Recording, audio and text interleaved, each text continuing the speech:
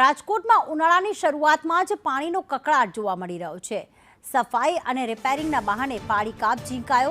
મહિલાઓએ માટલા ફોડીને વિરોધ નોંધાવ્યો। વોર્ડ નંબર 13માં આંબેડકર નગરમાં મહિલાઓમાં રોષ જોવા મળી રહ્યો છે। મહિલાઓએ થાળી અને વેલણ લઈને પોતાનો વિરોધ દર્શાવ્યો હતો।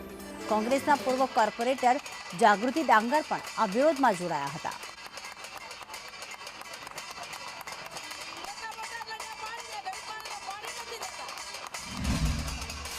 રાજકોટ શહેરમાં ભર ઉનાળે પાણી કાપ જે છે તે મૂકવામાં આવતા સ્થાનિકો જે છે તેમાં વિરોધ જે છે તે અત્યારે કરી રહ્યા છે। આપ જે પ્રકારે દ્રશ્યો જોઈ રહ્યા છો, સ્થાનિકો સાથે વાત કરીશું। શું કહેશો? પાણી કાપ મૂકવામાં આવ્યો છે, શું કહેશો?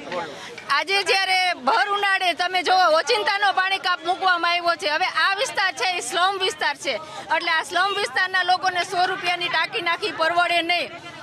જ્યારે ખોટી અને મોટી વાતો કરી અને આ શાસકો જ્યારે પબ્લિકને હેરાન કરવામાં આવે છે, ત્યારે આ લોકોની એવી રજૂઆત છે કે અમને સારું અને ચોખ્ખું પાણી આપે। વારંવાર આવો પાણી કાપ મૂકી અને અમારું શોષણ થાય છે।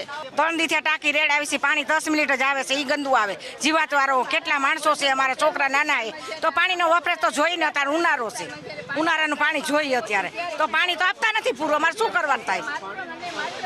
બેન, આપ શું કહેશો? પાણીના કાપને લઈને આજે વિરોધ કરી રહ્યા છો? તો વિરોધ કરવો પડે ને, પણ કેટલાક દી પાણી વેચાતું લેવું, મોંઘવારી છે તો પાણીનું કરવું, ખાવાનું કરવું, છોકરાનું નિશાળનું કરવું શું અમારે?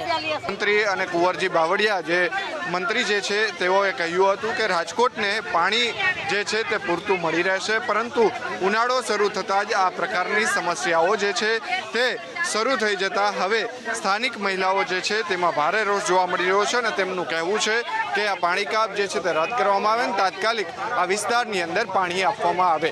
કેમેરા પર્સન વિપુલ બોરીચા સાથે મયુર સરવૈયા, સંદેશ ન્યૂઝ।